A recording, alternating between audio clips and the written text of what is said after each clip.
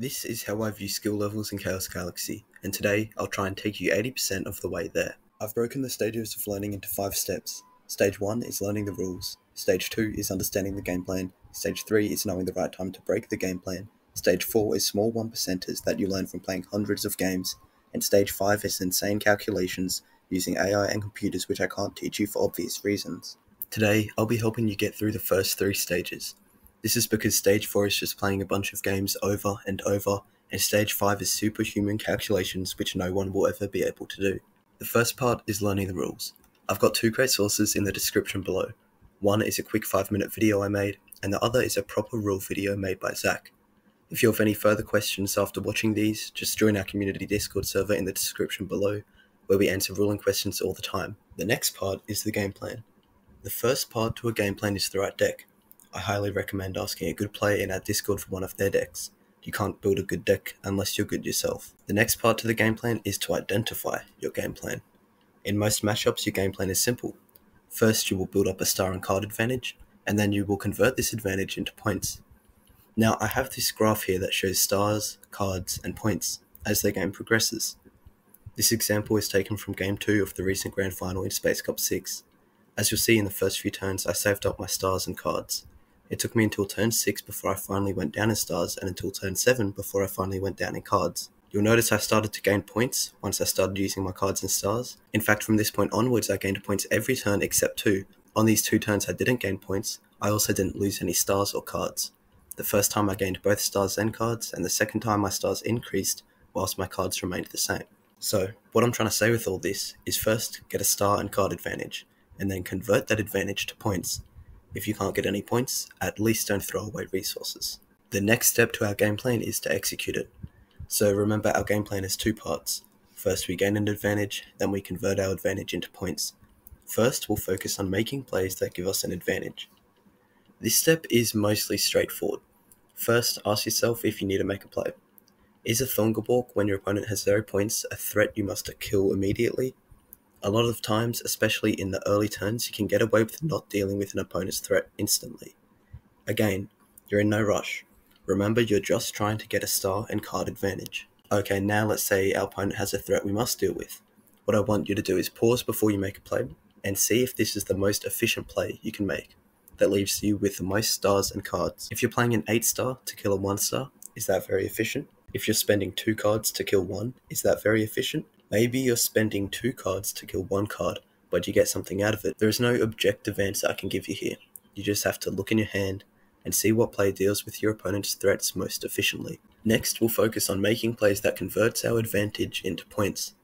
So the first step to this is identifying when it's the right time to strike.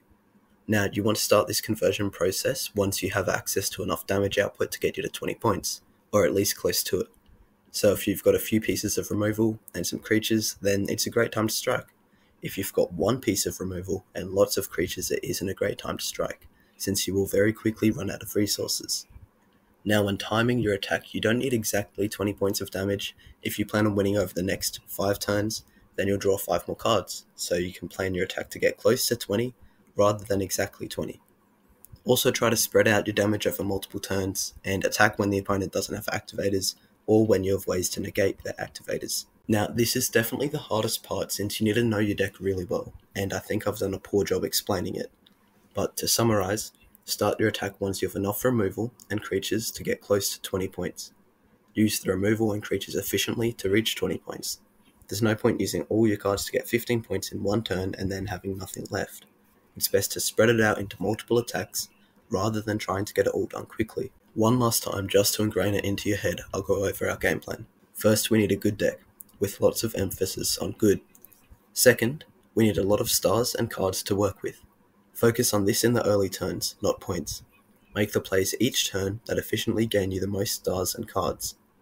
Third, we need to identify when we have enough removal and creatures to start converting our cards and stars into points.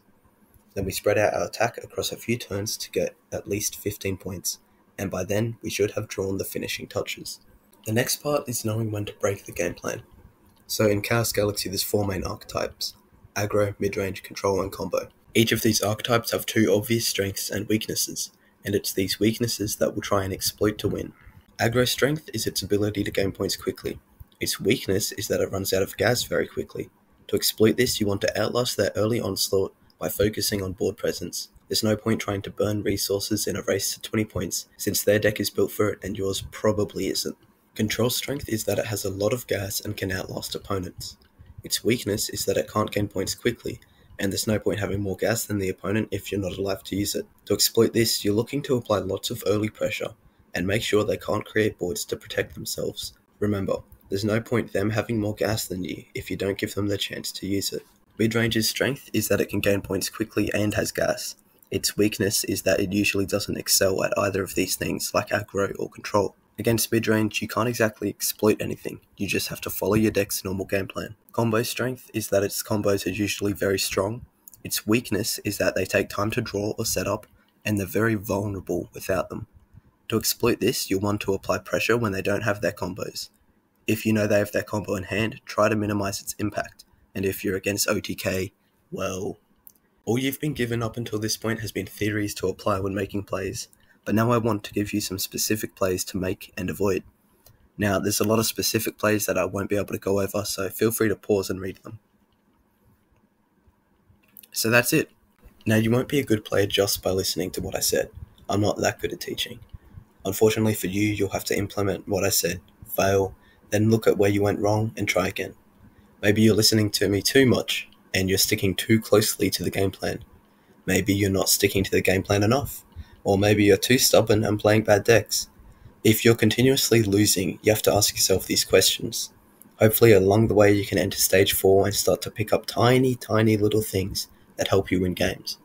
Sadly, you won't just magically get good, but hopefully you can take away some of the things I said and add it to your game. Now I'm going to play a game and implement some of the things I've talked about. Alright, so I've just loaded into a game of Tempo versus Geist Mind Control, and hopefully I can talk about a few of the things relating to the game plan and how to make a few plays. So just remember, we're trying to build up the advantage first and then convert it. So that's why I'm not playing anything currently. We just want to chill, wait to see what he does, and then we can make our plays.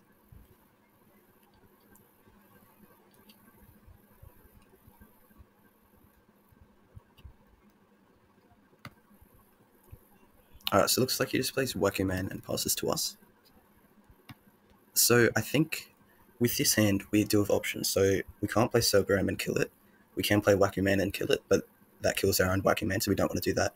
So it's between Mole, Darkspark, and Queen. Remember, we're trying to set up Skellyghast and Queen, so Queen could be a good option. Darkspark might be able to kill a Ghast, so that's another good option. And Mole might be able to kill an Activator, but it's pretty early in the game, so probably not, so I wouldn't say that's a great option. So we're just going to pass, because I'm not really... I don't want to commit 6 stars with Queen for something with such low health just yet, and it's not like 1 star is very threatening anyway. Alright, so he just attacks us, and now 2 points. I don't really want to let him get to 3. It's a bit too much, so I think I will be looking to make a play this turn. And I think it's between Darkspark and Mole. And I think 6 cards, he'll have 5 activators, so the odds are pretty decent we hit something. I do, however, think there will be opportunities in the future for maybe a better Mole. But I think Mole is good because we either hit, which is good, or we miss.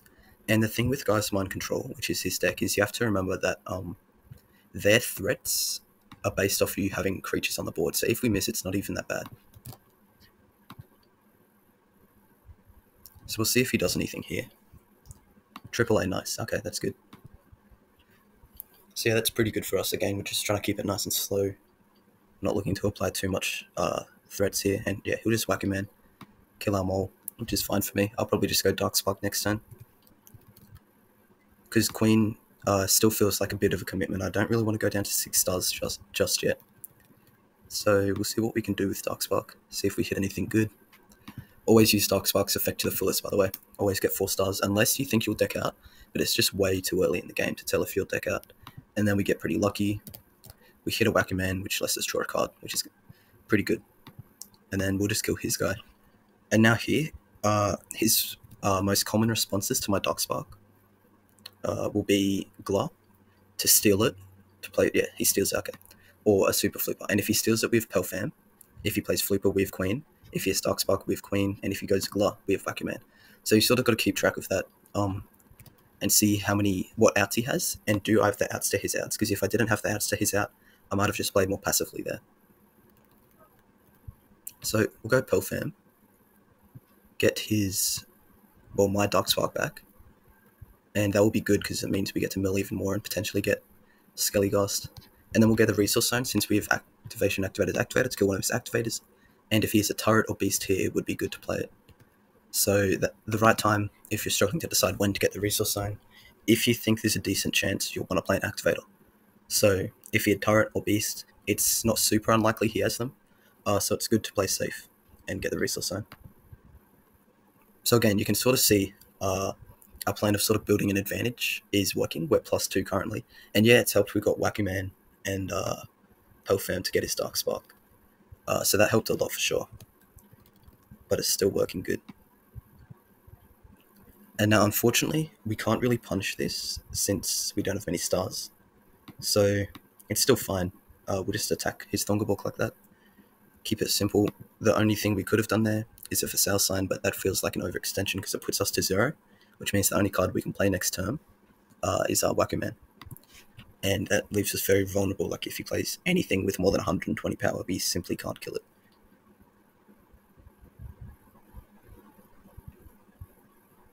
Alright, looks like he'll play Glop, kill our Pelfam.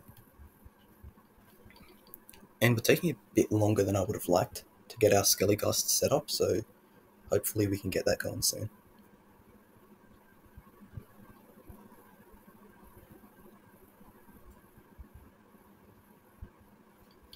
Alright, and he just attacks with Thunderbolt. I think I'll look to just do a Wackyman here. Yeah, I think just Wackyman, keep it nice and simple, because we still don't have our Ghast set up, and Wackyman or Darkspark would be the things that get us close to killing a Ghast. We do eventually need to play Queen, yeah, but I don't think Queen's very good. To spend 6 stars into something that cost him 1, that would put us on 8 stars currently, which isn't a great position to be in.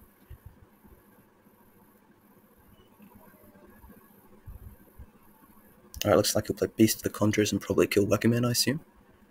And we'll look to kill it with probably Darkspark or Queen. I'm leaning towards Queen. I think that'll be good here.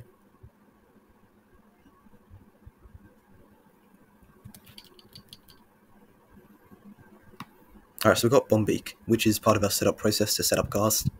So there's lots of things I can do here. The obvious one to me is Bombeak and Queen, and then we see if we can afford that. And yes, we can.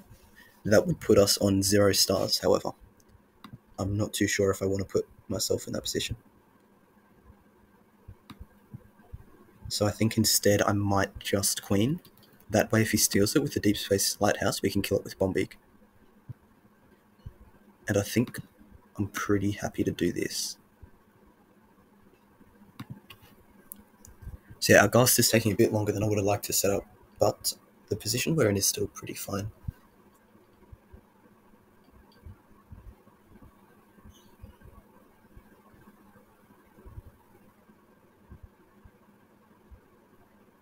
Alright, so he'll use his own Darkspark. Let's see what he hit. Okay, 2 parts of his combos. Activation, Activator, and Beast of the Conjurers. That's alright, I guess. And so he'll kill our activation, activator with his Sheotian Lava Maul, which is not good. And then no response.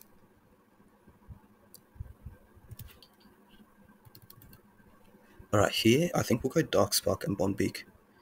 That's the standout play to me. And that way we'll get our Skelligast set up for next turn. Bone Ladder will be set up, and we'll be in a good position.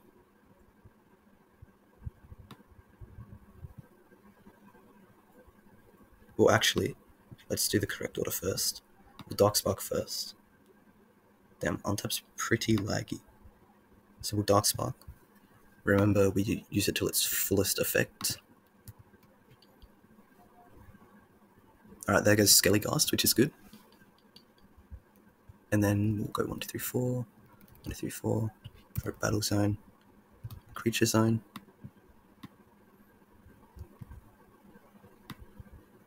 And I just want to double check, because we could go use our Tomb here. But it looks like we still have activation, activator to activator, and deck, so that should be fine. And I think I'll just go Bonbeak, like we planned to do. And then we'll attach a KO so we can kill both his things. And we'll do that. Seems good.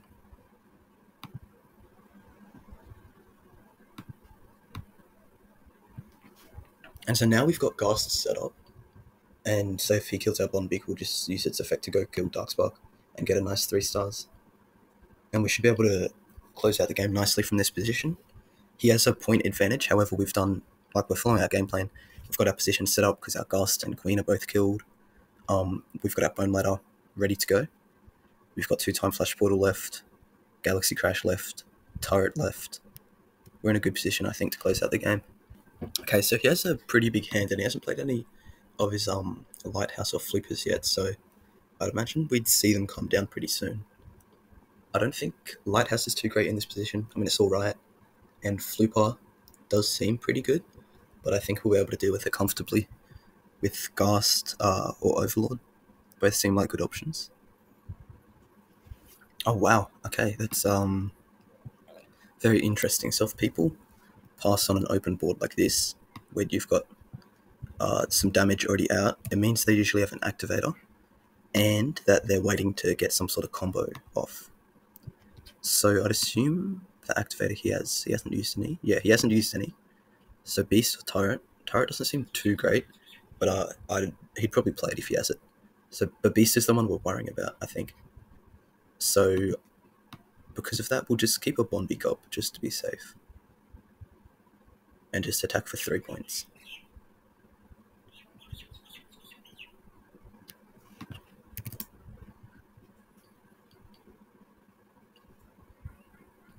I mean, we could have got rid of Bonbeak and then he wouldn't be able to play Flooper on one of our guys.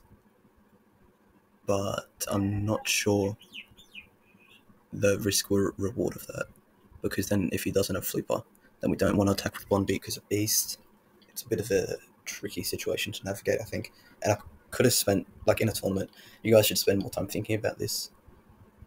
Because we know he has like a Beast of the Black Hole or a Point Turret, that's why he passed. And we know he would have passed because he's waiting for something, right? He's waiting for something to happen. You don't just pass if you already have something. Because if he already had it, he would have played it. Maybe he's waiting for us to change our position, or he's waiting for him to get a card.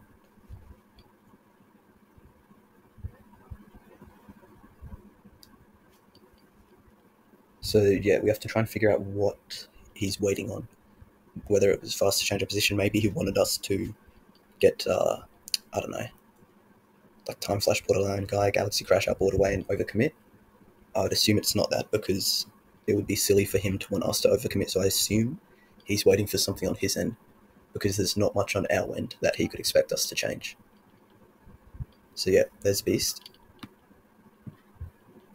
And then we'll just have to pass. So yeah, we'll see what he does here. I imagine it will be like Flooper plus some other attacker, and he should be able to get in for some good damage. So I think in hindsight, we could have went with the Tomb some point earlier and got a Shiozine and Lava Maul. And that would have probably got rid of that Beast. Like, he might have drawn it, but it probably would have got rid of one of his activators, which would have made this end game easier to close out. Because I imagine this turn, he'll probably get to around like 13 points, maybe 14, something like that. And that's very, very awkward for us because we've got all these cards that we won't be able to convert quick enough. Like, we have 1, 2, 3, 4, 5 cards in hand, and I'm concerned I won't be able to convert them quick enough, unfortunately. Okay, so he'll probably go Flooper on top of this Glow. Yep. Okay, that's a big as that.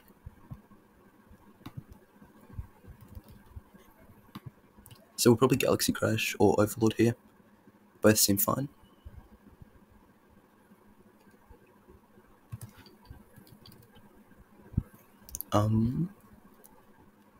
So if we Galaxy Crash, then we can go into Skelly Ghast.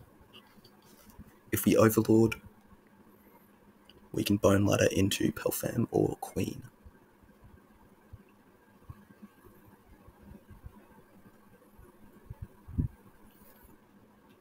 I think we have to do Overlord and Queen. I think we'll have to save Galaxy Crash because we really just want points ASAP. Like, he'll probably win next turn, I'd assume. And if not, the turn after. So we want to try and close it out within 2 turns, probably. And I think he might have turret here, in which case we just lose.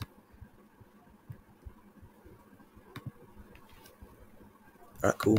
Attack goes through now, we're on 10 points. And I'm not sure we'll be able to win next turn, which is concerning. Unless our turret goes off. If turret goes off, then I think we can win.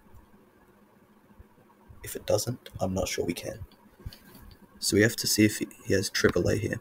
If he does... Or did both AAAs get milled? No, it was just one, right? Both, okay. So, yeah, I should have paid attention to that. I knew one got milled, I wasn't sure if it's two. Even though it wouldn't have changed my plays. It would have stopped me from making myself look bad, like I'm coaching, but I'm not even doing the right things. Like, you're supposed to keep track of what they milled.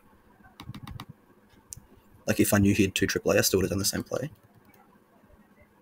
But, yeah, it's just good to keep track of. Okay, now. So he still has activators left. Turret and field. The odds of them both being in those 3 cards is very low. So, we've got options. We can mole and try and win that way to get rid of his activator, because we have to get rid of his activator. He probably has a turret here, and if he does, he just gets to 20 points. Or we can spoons and try and get... it'll be a 60% chance that we win, because we'll probably get our activator. So if we go mole, then we attack, then we need to get 6 points with 8 stars. I'm not sure we can do that. We could...